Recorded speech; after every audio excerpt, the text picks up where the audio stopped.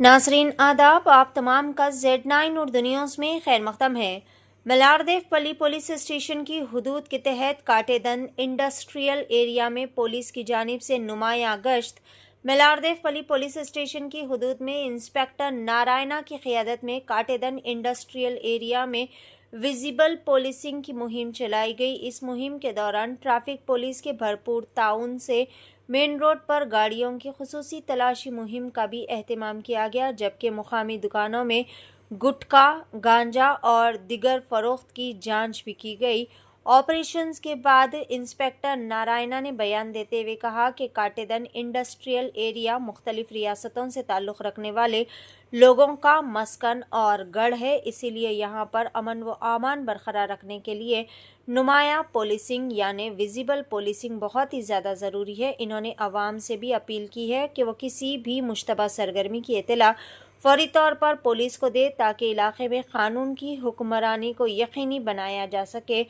Police ने अवाम के ताउन से इस तरह के ऑपरेशंस को आगे भी मुसलसल जारी रखने की उम्मीद जाहिर की, ताकि गैर कानूनी सरगर्मियों का मुकम्मल खात्मा किया जा सके। आइए जानते हैं इस खुसूस में मुकम्मल तफसीलात। पेश है Z9 उर्दू न्यूज़ की एक खुसूसी रिपोर्ट।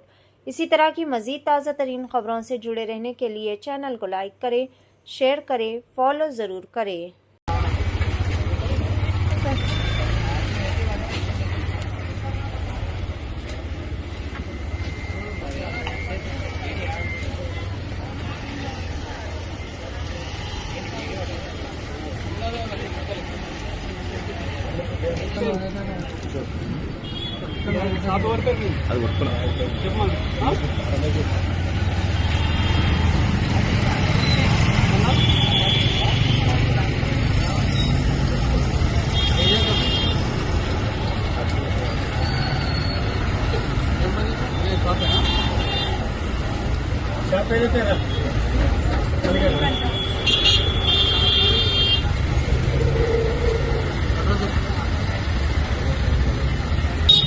షాప్ నెంబర్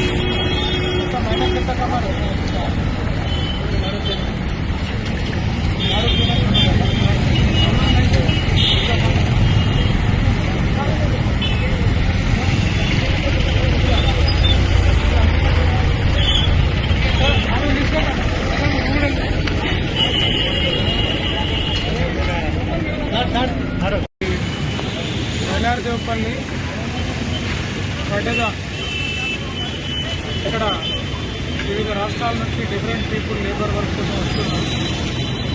చాలా వరకు చిన్న చిన్న పెటర్న్స్ ఎక్కువ అవుతున్నాయి. ముఖ్యంగా దొంగతనాలు అవుతున్నాయి.